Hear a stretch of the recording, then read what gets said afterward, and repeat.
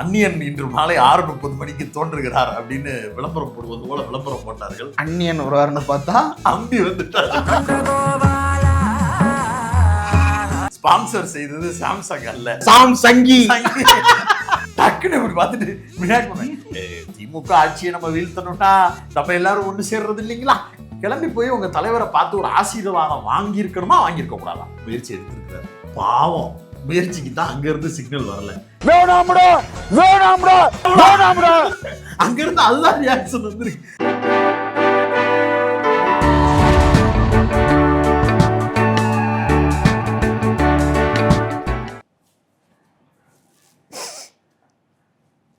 Sir ரோலிங்ல இருக்கு.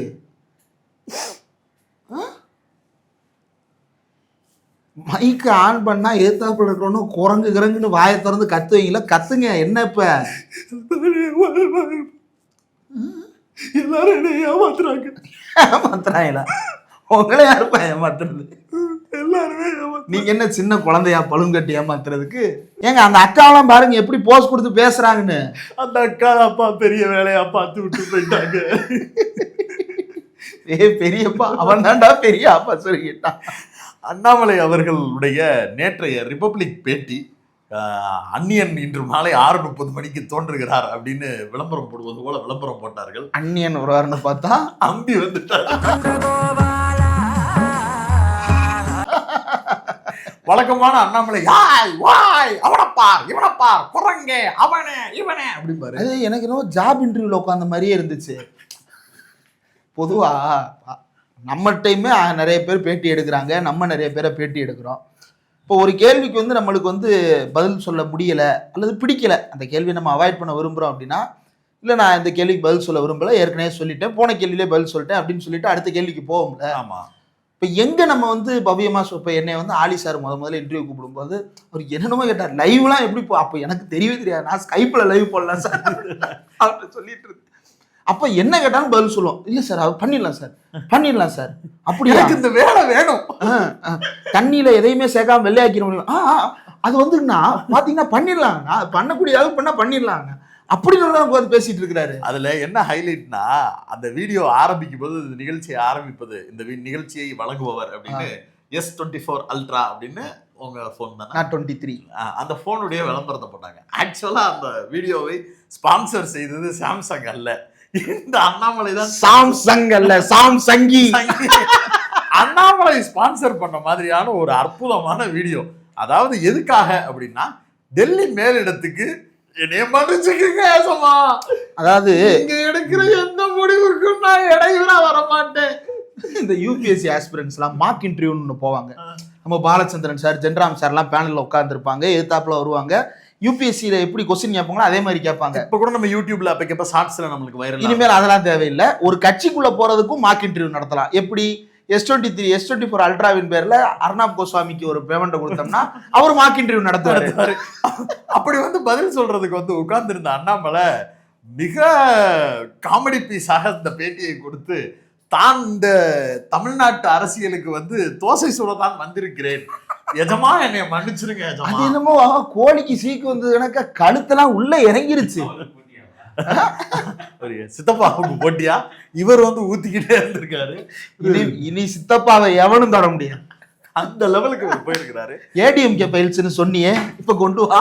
அதாவது வெளிப்படையா ஒரு கேள்வி, நீங்க வந்து ஏடிஎம்கேவோடு கூட்டணி வைக்கிறது குறித்தான உங்களுடைய பதில் என்ன அப்படிங்கிறது கேள்வி. கேட்டது யாரு? சிரஞ்சீவி. சிரஞ்சீவி ஸ்பெல்லிங் தெரியாம சிரன் தனியா ஜீவி, நான் சைரன் ஜீவின்னு படிச்சுக்கிட்டு இருந்தேன். அதை யாரா அவன் விசில் ப்ளோயரா இருப்பான் போல.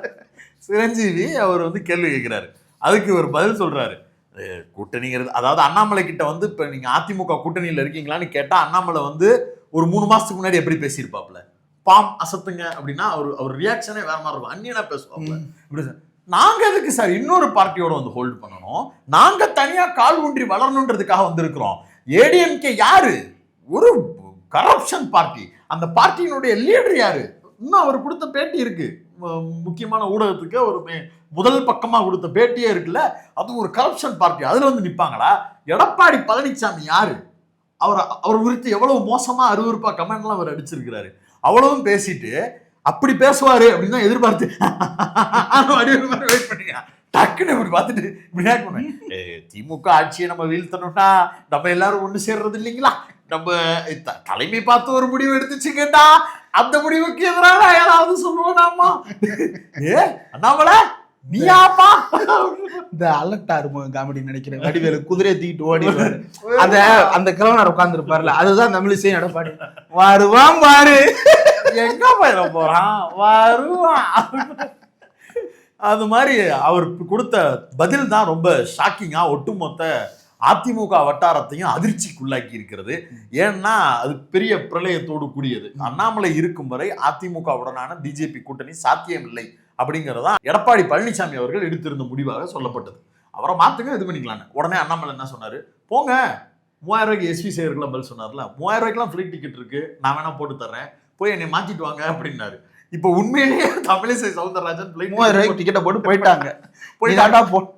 போறேன் பார் அப்படின்னு சொல்லிட்டு அண்ணாமலை அவர்களுக்கு போகல, ஏற்கனவே 3000 ரூபாய் டிக்கெட் போட்டு அங்கிருந்து வந்த நிர்மலா சீதாராமன் இருக்காங்கல்ல, அவங்க ஒரு ரிப்போர்ட் ஸ்டடி பண்றதுக்காக வந்தாங்கல்ல, அந்த ரிப்போர்ட்ல தெளிவா பக்கத்துக்கு பக்கம் தமிழிசை தான் எழுதி இருக்கிறாங்க.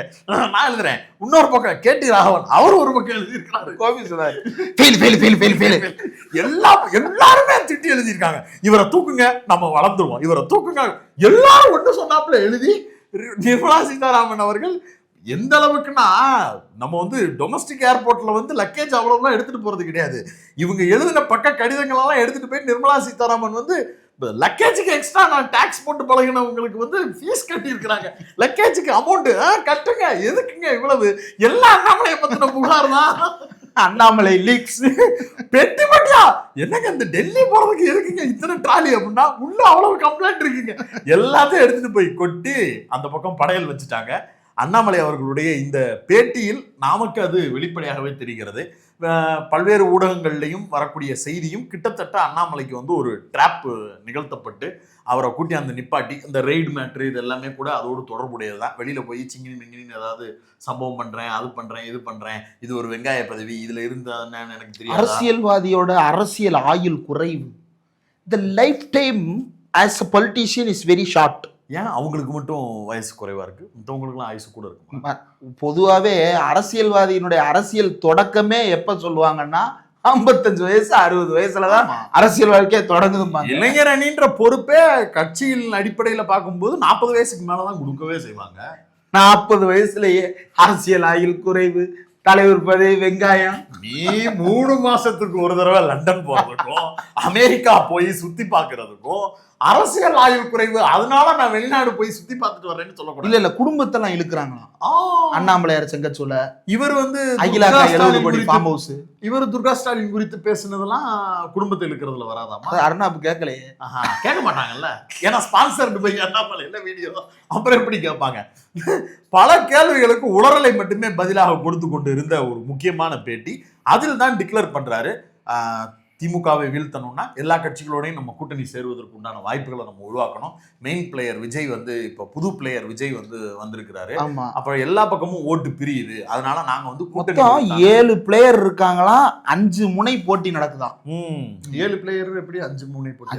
7 பிளேயர் யாருன்னு சொல்லல, 5 முனை போட்டி இருக்கான், 7 பிளேயர் இருக்காங்களாம். இவர் தனியா நிக்க போறாரோ?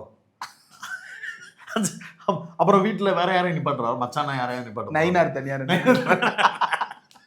இவருக்கு மட்டும் மாநில தலைவர் இருந்தா தமிழிசை தனியா போட்டு அவங்க ஒரு பக்கம், அப்படி பலரும் வந்து இந்த சம்பவங்களை பேசி ஒரு பக்கம் ஓடி அடையும் போது அதுல ஒரு கேள்வி, தனியா நின்னா ஜெயிச்சிருவீங்களா அப்படின்னு அர்ணாப் கோஸ்வாமியை கேள்வி கேட்க சொல்லி நம்மள கொதிச்சிருவாரு, நான் நிக்கிறேன் பாரு, ஏன்னா அவர் வெறுங்கையிலே வட சுட்டவர், நான் வந்து 30 தொகுதி ஜெயிப்பேன், 20 தொகுதி ஜெயிப்பேன், 200 தொகுதி டெபாசிட் திமுக இழக்கும், தமிழ்நாட்டுல திமுக அதிமுக துடை தெரிய போது அதை பண்ண போறதே நான் தான் பேசியிருப்பாரு. கூட்டணி ஆட்சி அமையும்ட்டாரு.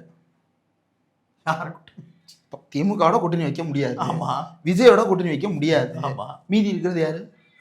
அதிமுக. அப்ப நீங்க தனியா நின்று ஜெயிக்க மாட்டீங்களா? அதுக்கு நம்ம கட்சி கேட்கிறாரு, கோயிலேஷன் கவர்மெண்ட்னா அதிமுகவோட தானே சேர முடியும், திமுகவோட உங்களால சேர முடியாது, மீதி இருக்கிற மெயின் பிளேயர் அதிமுக அவங்களோட சேர்ந்தானே அப்படின்னு அர்ணாப் கேட்கும் போது பதிலே சொல்லல. என்னடா ஸ்கிரிப்ட்ல இல்லாததான் கேட்கிறேன், உனக்கு என்ன எழுதி கொடுத்து நான் என்ன ஓட்ட உத்தரவாதம் வாங்கிட்டு வந்தேன். அதாவது அர்ணாப் கோசாமி எந்த அளவுக்கு சங்கின்றது இந்தியாவுக்கே தெரியும், ஏன் இன்டர்நேஷனல் லெவல்ல தெரியும். முந்தானேத்து ஒரு போன் அடிச்ச உடனே ஜியும் லைன்ல தான் இருந்திருப்பாரு கான்கால்ல. இதை கேளு, இந்த கேள்விக்கு மாட்டுவார். நீ செங்கி, நான் உன்னை விட பெரிய செங்கிடா நான்.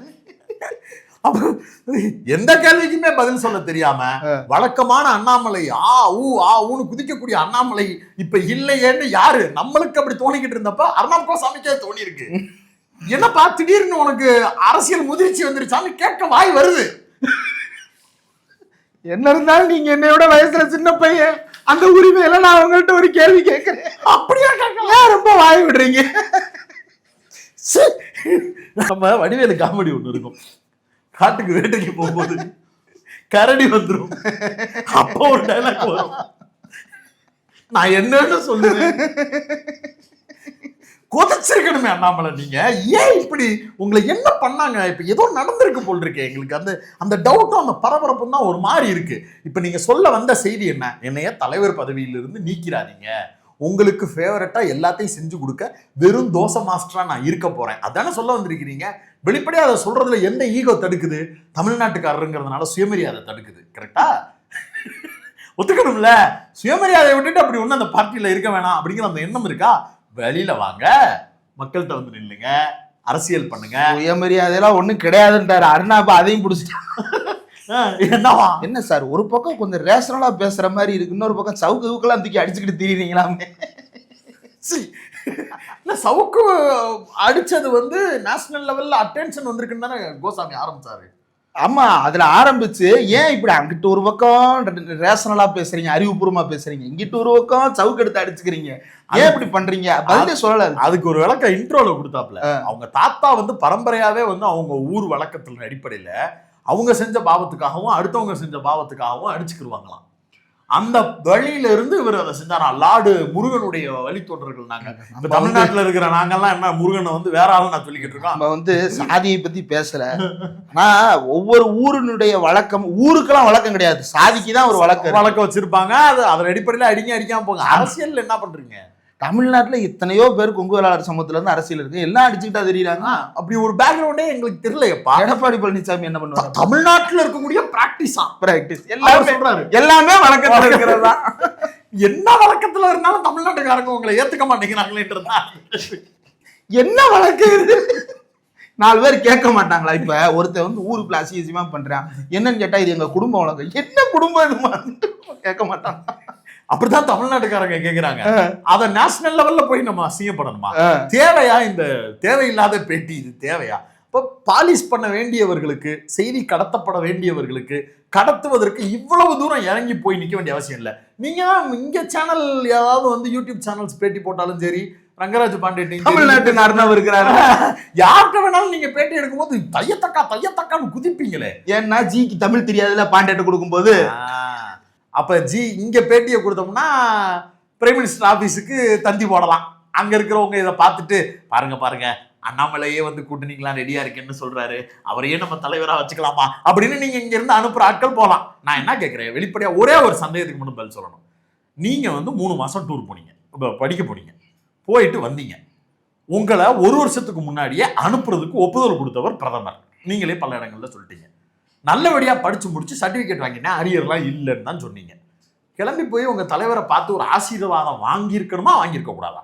இப்ப நான் அபிஷியலா எங்களை வந்து டெல்லிக்கு எங்க சார் அனுப்புறாரு, எங்க ஓனர் அனுப்புனாரு. NH24 ப்ரோக்ராம் பண்ணுங்க அப்படின்னு சொல்லிட்டு போனோம். நாங்க வெவ்வேறு இடங்கள்ல இந்தியா முழுக்க டிராவல் பண்ணோம், நார்த் இந்தியால பண்ணோம். வந்த உடனே நேரா கார் எடுத்துட்டு அவர் வீட்டுக்குள்ள போனோம். வீட்டுக்கு போய் சார் இந்த மாதிரி முடிச்சிருக்கிறோம் சார், இந்த மாதிரி வந்திருக்கு சார், தேங்க்யூ சார் அப்படின்னு சொல்லிட்டு it was a good experience sir அப்படின்னு எல்லாத்தையும் சொல்லிட்டு பார்த்துட்டு ஆசி வாங்கிட்டு தான் வந்தோம். ஒன்றும் இல்லை. இப்போ நம்ம விஜய் வந்து நம்ம கேமராமேனை வந்து இதுக்கு அனுப்புறோம், பப்ளிக் பைட் அனுப்புறோம்னா, ப்ரோ எடுத்தாச்சு ப்ரோ, இத்தனை பேர் பேசியிருக்கிறோம், ரிப்போர்ட் பண்ணணும்ல. உங்க வேலையாவே போனாலும் உங்க ஆபீசியலா நீங்க வந்து என்ன சொல்லிட்டு போனீங்க, அரசியல் கத்துக்க போறேன், ஒரு 3 months எனக்கு திங்கிங் ப்ராசஸ்க்கு எனக்கு டைம் தேவைப்படுது, எவ்வளவு சொன்னீங்கல்ல, கத்துக்கிட்டு தானே வந்திருக்கிறீங்க, பார்த்து வாழ்த்து சொல்லணும்ல அப்படின்னு கேட்டா முயற்சி எடுத்திருக்கிறார். பாவம், முயற்சிக்கு தான் அங்க இருந்து சிக்னல் வரல. அங்க இருந்து அதுதான் ரியாக்ஷன் வந்துருக்கு. ஐயா நீங்க வந்துடாதீங்க சாமி, சந்திரமுகி நாசர் நீ இப்படியே கிளம்பி இருப்பா, இப்போ வரைக்கும் போய் சந்திக்கல. மாறா தமிழிசை சவுந்தரராஜன் ஒரு நாளைக்கு 2 தடவை போய் பார்த்துட்டு வர்றாங்க. என்ன பாருங்க நட்டாஜி, என்ன பாருங்க அமித்ஷாஜி. பரவாயில்ல, 10 நாள்ல புதிய தலைவர்கள் நியமிக்க போறாங்க, பொறுப்பாளர் போட போறாங்க, அது தொடர்பா பார்க்க போறேன்னு சொல்லிட்டு பண்ணிட்டு போறாங்க. அப்ப புதிய தலைவர் யாரு அப்படிங்கிற கேள்வி அங்கிருந்தே தொடங்க ஆரம்பிக்குது. விசாரிக்கும் வரையில் இப்போது கிடைக்கக்கூடிய தகவல்ல அண்ணாமலையை வச்சுக்கிட்டு கூட்டணி அப்படிங்கிற டாக்க எடப்பாடியோடு பேசுவதற்கு வாய்ப்பு இல்லை அப்படிங்கிறத சொல்றாங்க. ஆனா எடப்பாடி தரப்பில் இருக்கக்கூடிய டீம்கிட்ட நாம பேசும்போது அங்கிருந்து கிடைக்கக்கூடிய செய்தி இன்னும் ஷாக்கிங்கா இருக்கு. Edappadi as a individual AIADMK பாஜகவோடு கூட்டணி வைத்தால் பெரிய அளவிற்கான பேக்ஃபயர் தான் ஆகும். பொலிட்டிக்கலா நம்ம கிரவுண்ட்ல நிக்காம போறதுக்கான பிரச்சாரத்தை திமுக கையில் எடுத்துருவாங்க. பாருங்க, கள்ள கூட்டணின்னு இவ்வளவு நாளா நாங்க எதுக்கு சொன்னோம், இதுதானதான் சொன்னோம், இன்னும் உங்க அபிஷியலா கூட்டணி விட்டு வெளியில வரலன்னு சொல்லி நெரேட்டிவே நம்மளுக்கு எதிராக மாத்திர முடியும். ஒரு தடவை கூட்டணி வச்சதுக்கே இந்த ஒரு வருஷத்துல எதிர்த்து பேசுறதுக்கு யோசி பேச வேண்டியதா இருக்கு. இப்பதான் ஒரு லைன் எடுத்து வந்திருக்கிறோம், பட்ஜெட் விமர்சனம் அது இதுன்னு வந்திருக்கிறோம், எஸ்டிபி வேற மேடல வச்சிருக்கிறோம். ஆமா, இப்ப மறுபடியும் கூட்டணி அப்படின்னு நம்மளால தாங்காதுப்பா அப்படின்னு அவர் நினைக்கிறாரு. அந்த நினைப்பு யார்கிட்ட இருந்து வருதுன்னா கிரவுண்ட்ல இருக்கிற ஜெயக்குமார் மாதிரியான முன்னாள் அமைச்சர்கள் இருந்து வருது. ஏன்னா வெளிப்படையாவே அவர் ஒத்துக்கிட்டாரு, பாஜகவோட கூட்டணியில் இருந்தனால தான் நான் தோத்து போயிட்டேன்னு. அவர் அதாவது எடப்பாடியோட மவுத் பீஸ் 2 பேரு, ஒன்னு ஜெயக்குமார், இன்னொன்னு சிவி சண்முகம், 2 பேர் ஓப்பனா டிக்ளேர் பண்ணிட்டாங்க. ஆனா வேறு ஒரு செய்திய வேலுமணி, தங்கமணி போன்ற கொங்கு பெல்ட்டை சார்ந்த நபர்கள் ஒரு பிரஷரை கொடுக்குறாங்க. நாம பிஜேபியோட அலைன்ஸ்ல இருந்தா கொங்கு ரீஜனல் ஃபுல்லாவே ஏற்கனவே நம்ம கூட்டணியில 75 சீட் ஜெயிச்சிருக்கிறோம் வித் பிஜேபி. இந்த முறை திமுகவுக்கு ஒரு ஆன்டி இன்கம்பன்சி வரும், அதையும் நம்ம இந்த எலெக்ஷன்ல அறுவடை பண்ணி கிட்டத்தட்ட 130 சீட்டுக்கு மேல நம்ம தாராளமா ஜெயிக்க முடியும், அதனால நம்ம கூட்டணி வைப்போம் அப்படிங்கிற பிரஷரை எடப்பாடி கிட்ட கொடுக்குறாங்க. எடப்பாடிக்கு மொத்த நெரேட்டிவ் நம்மளுக்கு காலி ஆயிரும், அது மொத்தமா ரிவர்ஸ் ஆகும். இவ்வளவு நாள் நாங்க கூட்டணியில் இல்லைன்னு சொன்ன வாதம் அதுல அடிபட்டு போயிருமே அப்படிங்கிற கன்சர்ன் அவர்கிட்ட இருக்கு. ஆனா கீழே பார்ட்டி ஒர்க்கர்ஸா 2ஆம் கட்ட தலைவர்களா தங்களை அடையாளப்படுத்திக் கொள்பவர்கள் அதற்கு தயாராக இல்லை. அந்த ரூட் மூலமா எடப்பாடியை கன்வின்ஸ் பண்ணுவதற்கு பிஜேபிக்கு ஒரு சரியான நபர் தேவை. அந்த நபர் அண்ணாமலையாக இருக்க முடியாதுன்னு நிர்மலா ரிப்போர்ட் கொடுக்குறாங்க, தமிழிசை ரிப்போர்ட் கொடுக்குறாங்க. ஆமா, அதே போல அண்ணாமலை முகம் இருக்கிறதுனாலதான் மும்மொழி கொள்கை, தமிழ்நாட்டின் வளர்ச்சி, நீட்டு, டாக்ஸ் இதை பத்தி எல்லாம் பிரச்சனையா மாறிட்டு இருக்கு. அப்படியா? அண்ணாமலை இல்லைனாலும் பிஜேபி அதான செய்யும், அதுதான் இருக்கும். ஆனா தமிழிசைன்ற முகத்தை பார்க்கும்போது நம்ம வீட்டு அக்கா, நம்ம வீட்டு தம்பி, நம்ம வீட்டு அண்ணன் அப்படி முகம் வராதா? நம்ம வீட்டுக்குள்ளேயே சேர்க்க முடியாதுன்னு ஒரு மூஞ்சி வச்சிருப்போம்ல ஊருக்குள்ள. ஊதாரி மைந்தன். இந்த பைபிள்ல ரெண்டு பசங்க இருப்பாங்க, ஊதாரி மைந்தன். ஒரு திருவிழா வந்தாதான் அவங்கள பார்க்க முடியும். அவங்க கரெக்டா திண்ணை பிடிச்சு உட்கார்ந்து இருப்பாங்க, வீட்டுக்குள்ளேயும் போக மாட்டாங்க, சேர்க்கவும் மாட்டாங்க. இந்த அண்ணாத்த படத்துல ஒரு சொந்தக்காரர் இருப்பார்ல, அந்த மாதிரி அப்படி உங்களை வச்சுக்கிட்டு வேலை பார்த்துக்கிட்டு இருக்காங்களா? அது ஒண்ணு எனக்கு இதுதான் புரியலங்க. இவர் இப்ப இவ்வளவு பேசுறாரு, ஆனா 4 விஷயங்கள்ல எங்களுக்கு அவங்களுக்கு ஒத்து போல, அதனால பிரிஞ்சுட்டோம்ன்றாரு. அதிமுகவுக்கும் தங்களுக்கும் ஒட்டு போல. என்ன? 1 வரி பகிர்வு, 2 நீட்டு, 3 தமிழ்நாட்டின் வளர்ச்சி என்னும் கட்டுக்கதை, 4வது மும்மொழி கொள்கை. இது தமிழ்நாட்டில் இருக்கக்கூடிய மக்களுக்கு விரோதமானது தானே? அது ஒரு இடத்துல உளறிட்டாரு. தமிழ்நாட்டில ஏன் தேசிய கட்சி வளர முடியலன்னா 1960களில் காங்கிரஸ் பண்ண மோசமான சில முடிவுகள். என்னென்ன முடிவு? என்னென்ன முடிவு? மும்மொழி கொள்கை, 5ஆண்டு திட்டத்துல ஒழுங்கா நிதி ஒதுக்கல, இதுதான் பிரச்சனை. அப்ப நீங்க சொன்ன இந்த பிரச்சனை இப்ப நீங்க பண்ணிக்கிட்டு இருக்க பிரச்சனை தானே பாஸ். அதனாலதான் பாஸ் தமிழ்நாட்டுல பிஜேபியை பார்த்தாலே பிஜேபியா அப்படின்ற லெவல்ல இருக்கு. இவ்வளவு வீக்கான லைன் ஆஃப் ஆர்குமெண்ட்ஸோட தான் அந்த பேட்டி கொடுத்திருக்காரு. அதையும் கேள்வி கேட்க முடியாம, கேள்வி கேட்க தெரியாம, அல்லது கேள்வி கேட்க கூடாதுங்கிற எண்ணத்தோட தான் கோசாமி ஸ்பான்சர்ட் போய் வாங்கி உட்கார்ந்து இருக்கிறாரு. ஆமா, இவ்வளவு மோசமாக ஆட்சி நடத்துற மனநிலையில் பிஜேபி இருந்து கொண்டு தமிழ்நாட்டு வாக்காளர்கள்ட்ட எப்படி ஓட்டு கேட்டு வர முடியுங்கிற யதார்த்தமான கேள்வியை கூட கோசாமி கேட்கவில்லை. ஏன்னா அவர் வைத்த ஆர்குமெண்ட்லயே அது எல்லாத்துக்குமே பதில் இருக்கு. இதற்கு முன்பாக கடந்த காலங்களில் மத்திய அரசாக இருந்தவர்கள் என்னெல்லாம் சேட்டைகள் செஞ்சாங்களோ அதன் அடிப்படையில் தான் தமிழ்நாட்டு மக்கள் தேசிய கட்சியை விரும்பல. அப்ப பிஜேபி அதை செய்யாம இருக்கா, வேற ஏதாவது நல்லது பண்ண விரும்புறீங்களான்னு கேட்டா, இல்ல நாங்க திருவள்ளுவருக்கு செலவு வச்சோம் பார்க்கலையா, காசி தமிழ் சங்கம் வச்சோமே, சௌராஷ்டிரா மக்கள் நாங்க நடத்துனதே தெரியாதுப்பா. எப்பா ஏய், அன்னைக்கு அந்த ட்ரெயினுக்கு வேற ட்ரெயின் ஏற வந்தவங்களுக்கு அங்க ஒரு ட்ரெயின் நின்னுச்சுன்னு தெரியும். அதுவும் ரயில்வே ஸ்டேஷன்ல அந்த ஒரு 5000 பேருக்கு தெரிஞ்சிருக்கும். எங்களுக்கும் காசிக்குமான ஒரே சம்பந்தம் நம்ம போறோமோ இல்லையோ யாராவது போவாங்க, வரும்போது ஒரு செம்பு பாத்திரம் ஒண்ணு கொண்டு வராங்க, மூடி அடைச்சிருக்கும், அதுக்குள்ள தண்ணி இருக்கா வேற என்னமும் இருக்கான்னு யாருக்குமே தெரியாது. அதை திறக்காம திறக்க கூடாதானே தெரியாது. எங்க வீட்டுல எங்க மாமா இறந்து விட்டாரு, எப்ப அந்த காசி தீர்த்தம் எடுத்துட்டோம். காசி தீர்த்தமா?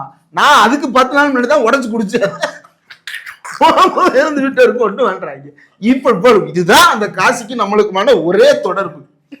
அப்புறம் அந்த பிணத்தை எடுத்துட்டு போகும் பொழுது காசி காசி காசி காசின்னு 4 வார்த்தை சொல்லுவாங்க. இதுக்கு எங்களுக்கு என்னடா சம்பந்தம்? அங்க தமிழ் சங்க நீ நடத்தினது எங்களுக்கு தெரியாது. தெரிஞ்சாலும் நான் என்ன பண்ண போறேன்? இவர் மூச்சுக்கு 300 தடவை தமிழ் தமிழ்னு சொன்னாராம். சரி சொல்லியிருந்தா இது ஓட்டு போட்டிருக்கணும்ல, ஒன்னும் போடலையேன்னு கேட்டா அதான் நாங்க 11% வந்திருக்கேன். 11% நீங்க யாரை வச்சு வந்தீங்க அப்படிங்கிற கேள்விய கோசாமியே கேட்கல. ஏன் கேட்கல?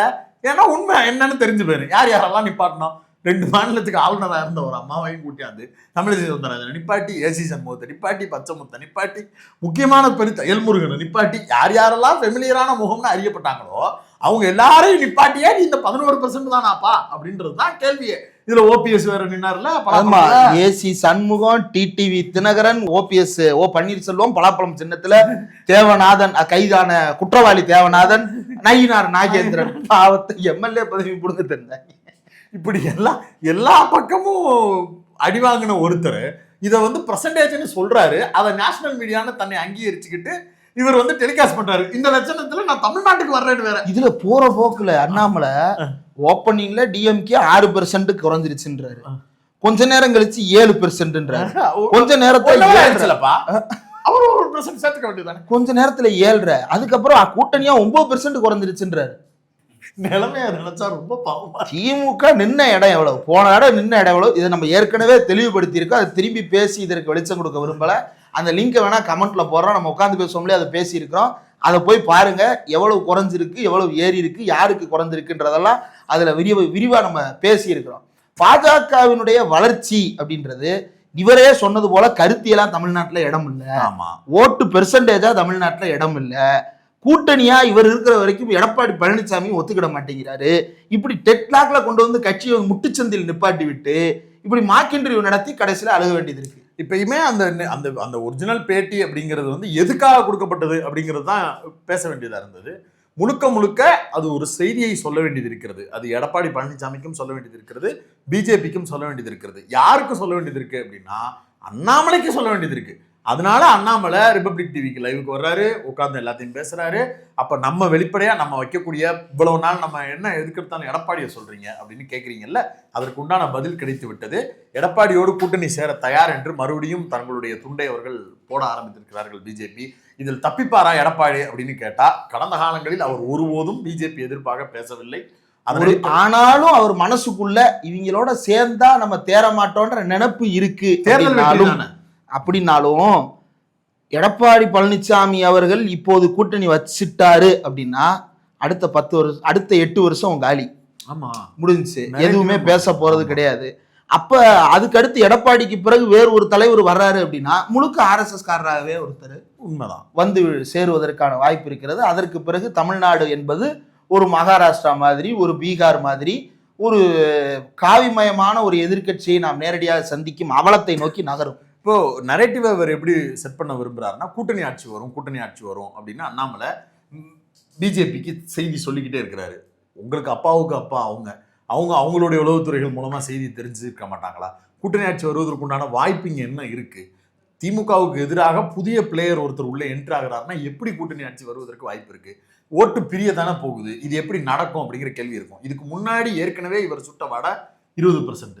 இப்ப என்ன விட சொல்றாரு, 2026 ஆட்சி அமைப்புன்னு சொன்னா பரவாயில்ல 25%. நீ இன்னும் போகலையா, ரொம்ப தூரம் போகணும்ன்ற. இந்த தாஸ் படத்துல கிளீன் பண்ற அம்மா வடிவேல பார்த்து சொல்லுவாங்க, டே நீ இன்னும் போகலையான்ற மாதிரி இவரு இதே 25 வித்துக்கிட்டே இருக்கிறாப்ல.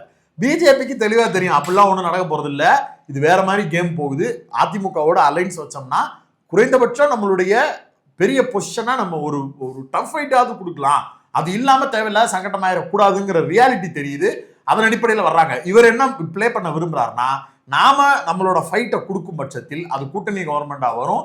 அப்ப நாம யாரை வேணாலும் மிரட்டி நாம அந்த இடத்த ஆக்குபை பண்ண முடியும். அப்ப என்னைய மாதிரியான ஒரு ஷோடு பொலிட்டிஷியன், ஒரு வைப்ரண்ட் ஹேங்மேன் இருக்கணும். அதனால என்னை தயவு செஞ்சு தலைவர் பதவியில இருந்து தூக்கிடாதீங்க அப்படிங்கிற கோரிக்கையை தான் முன் வச்சுக்கிட்டு இருக்கிறாரு. அப்படிலாம் ஒண்ணும் கிடையாது. நீங்க ஆங்கிரி யங்மேனா இருந்ததெல்லாம் போதும் தம்பி, இதுக்கு மேல ஒரு ஓரமா வந்து பொறி சாப்பிடுங்க, வேற வேலைகளை பார்ப்போம் அப்படின்ற செய்திகள் தான் வந்து கொண்டிருக்கு. வெளியே போய் ஒரு கட்சி ஆரம்பிச்சிட்டா என்ன பண்றது? செங்கல் சூளைக்கு ஒரு ரைட போடு போட்டாங்கல்ல. யார் அந்த செங்கல் சூளை? என்ன அது? என்ன திடீர்னு 70 கோடிக்கு சொத்து? ஏங்க அவர் ஒய்ஃபோட பட்டாவெல்லாம் எடுத்து வெளியே போட்டாங்க. அது உண்மையா பொய்யாங்கிறது தெரியல. அவர் தான் விளக்கம் சொல்லணும். நீங்க வந்து கட்டுக்கட்டா பேரல் பெட்டியில வச்சு கொண்டு போய் நான் ஆளுநர்கிட்ட கம்ப்ளைண்ட் கொடுத்துட்டேன், விளக்கம் கொடுக்கணும்னு வந்து நின்னீங்க. உங்க மேல கேஸ போட்டாங்க, வாங்க நீதிமன்றம். இன்னைக்கு கூட இவர் கூப்பிடுறாரு கார்த்தி சிதம்பரத்தை, வாங்க ஊருக்குள்ள ஆடு எப்படி மேயுதுன்னு காட்டுறேன், ஊருக்குள்ள வந்து எப்படி மாடு மேய்க்கிறதுன்னு காட்டுறேன், எப்படி வந்து விவசாயம் பண்றதுன்னு காட்டுறேன். நீங்களே போன வாரம் செருப்பை கலட்டினதுக்கு பிறகுதான் சாலை ஓரத்தில் இருக்கக்கூடிய மக்கள், சாமானிய மக்கள் இந்த சமூகத்தில் எப்படி வாழ்கிறார்கள்ன்ற கஷ்டத்தை உணர்ந்தேன்னு இதே பேட்டியில சொல்றீங்க. யார் நீங்க? இதே இடஒதுக்கீட்டில் படிச்சு, இதே இடஒதுக்கீடு மூலமாக வேலை வாய்ப்பு பெற்று சாதாரண விவசாயின்னு கிளைம் பண்ணக்கூடிய ஒரு குடும்பத்திலிருந்து வந்து இவ்வளவு பெரிய பொறுப்புக்கு நான் வந்திருக்கிறேன்னு சாமானியனில் ஒருவர் நீங்க. ஒரு 70 கோடிக்கு வீடு வாங்கி அப்படி ஒரு நபரா நீங்க இப்பதான் வந்திருக்கிறீங்கன்னு நீங்களே செருப்பை கழட்டி போட்டதுக்கு பிறகுதான் உணர்றீங்கன்னா கார்த்திக் சிதம்பரத்துக்கு அப்படி ஒண்ணும் தேவையில்லைன்னு தானே அவரே பேசுவாரு. சொல்ல போனா உங்களை விட கார்த்தி சிதம்பரம் நல்லா கனெக்டடா தான் இருக்காரு. அவர் தெய்வ மகள், சித்தி, சீரியலை பத்தி எல்லாம் பேசிட்டு இருக்காரு, ஜாலியா அவர் பேசுறாரு. போன எலெக்ஷன் கேம்பெயின் கார்த்தி சிதம்பரத்தோட நமக்கு கருத்தியெல்லாம் முரண்பாடு இருக்கலாம், நம்ம விமர்சிக்கலாம், அது வேற. அவர் கிரவுண்ட்ல பண்ண பிரச்சாரம், இந்த ஜிஎஸ்டியா இருக்கட்டும், வரி விதிப்பா இருக்கட்டும், வரி பகிர்வா இருக்கட்டும், இதெல்லாம் அவ்வளவு ஈஸியா பேசுறாருங்க. ஆமா, தேர்தல் பிரச்சாரங்கள்ல மக்கள்கிட்ட எளிய வழிகள்ல பேசின வீடியோக்கள் இன்னமும் கூட வைரல் ஆகும். பிரச்சார நேரங்கள்ல வைரல் ஆகக்கூடிய பல பிரச்சார வீடியோல கார்த்திக் சிதம்பரம் ஆச்சரியமா இருந்தது பலருக்கும். இதெல்லாம் தெரிஞ்சுக்கிட்டாப்பா நீ நெட்ஃபிளிக்ஸ் பாத்துக்கிட்டு இருந்தேன்னா அது வேற. அப்படிதான் மக்கள் கலாச்சாங்க. அப்ப ரூட்டடா இருக்கிறதுங்கிறதுக்கு வேறு சில வாய்ப்புகளையும் வேறு சில சூழலையும் அவங்க வச்சிருக்கிறாங்க. மாறா நான் வந்து செருப்பை கலட்டினதுக்கு பிறகுதான் நான் வந்து இந்த மக்களுடைய வழியவே தெரிஞ்சுக்கிட்டேன்னு சொல்றேன். நீங்க பாந்துட்டு சில்வர் ஸ்பூனா ஒவ்வொரு தடவையும் தேர்தலுக்கு வந்து மக்களை சந்திச்சு தேர்தலில் வெற்றி பெறக்கூடிய கார்த்திக் சிதம்பரம் சில்வர் ஸ்பூனா? உண்மையிலே ஒரு பாண்டு சில்வர் ஸ்பூன் தான், அதுல மறுக்கல. ஆனா தேர்தல் வந்துட்டு அவர் தானே இறங்கி வந்து வேலை பார்த்து ஜெயிக்கிறாரு, ஓட்டு வாங்கி. உங்களுக்கு என்ன? பப்ளிக் டாய்லெட்லாம் போகும்போது கஷ்டப்படுறாரு. எந்த பப்ளிக் டாய்லெட்டுக்கு போனாருன்னு சொன்னா நல்லா இருக்கும், போனன்னு சொல்ல மாட்டாங்க. இவ்வளவு நாள் நாங்களும் அந்த கஷ்டத்தை தானங்க பஸ் இருக்கோம், எல்லாரும் படுறது தானே. இன்னுமா அதை ஒரு பெரிய நேஷனல் மீடியாவில் உட்காந்துக்கிட்டு நம்ம பட்ட கஷ்டம் தெரியுமா படுங்களேன். எப்படின்னா பிரச்சாரத்துக்கு வரும்போது என்னுடைய உடல் எப்படி வேர்க்குது தெரியுமான்னு கேட்டா நம்மளுக்கு எவ்வளவு இருக்கு. பெருங்காலோட தமிழ்நாட்டுல சுத்துறதே இவ்வளவு கஷ்டமா இருக்கு. அண்ணனை கொண்டு போய் ஊப்பியில கொஞ்ச நாள் பொறுப்பாளரா இறக்கி விட்டு வருவோம் வெறுங்கால, ஜாலியா இருக்கும்.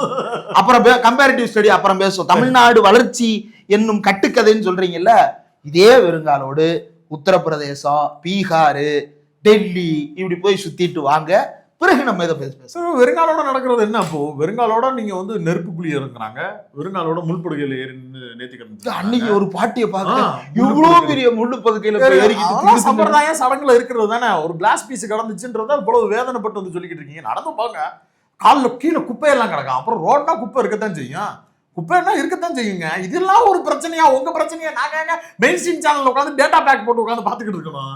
இந்த 1.5 லட்சம் பேர் பார்த்துட்டாங்களாம், அதுக்கு கோசாமிக்கு பொருட்களை இன்னொரு 4 ஆடியன்ஸ் இருக்கிறாங்க, பதில் சொல்லிட்டு போங்களேன். நானப்பா ஆளை விடுப்பா, நான் கிளம்புறேன். அவ்வளவு மோசமா அந்த பேட்டி ஒரு கலகலப்பாக போய் முடிந்திருக்கிறது. ஆக அண்ணாமலைக்கு நடந்து கொண்டிருக்கக்கூடிய இந்த டிராப்பு, அண்ணாமலையினுடைய அந்த இப்பதான் கொஞ்சம் மெச்சூர்டா பேச ஆரம்பிக்கிறாருன்னு அவங்க தரப்புல இருந்து வைக்கக்கூடிய விமர்சனம். காலங்கட்டத்துக்கு பிறகு சூரிய நமஸ்காரம் எதுக்கு பஸ் அப்படின்னு பலரும் இந்த பக்கத்துல இருந்து கேள்வி கேட்டுக்கொண்டிருக்கிறார்கள். அண்ணாமலை என்ன ஆக போகிறார், அவருடைய அரசியல் எதிர்காலம் எதை நோக்கி பயணிக்க போகிறது அப்படிங்கிறத இன்னும் ஒரு 5-6 நாட்கள்ல தெரிஞ்சுக்க முடியும் அப்படிங்கிறது தான் டெல்லியில இருந்தும் வரக்கூடிய செய்தி. பார்ப்போம் எங்க போய் நிப்பாட்டுறாங்க அப்படிங்கிறத. என்ன ஏன் இல்ல பொறுப்புல இருந்து மாத்திட்டாங்கன்னா நம்ம இந்த மாதிரி எபிசோட்ஸ் உட்கார்ந்து பேசுறது, அதுக்கு பிறகு பாருங்க தமிழ்நாட்டுல பட்டாசுதான். வெல்கம்.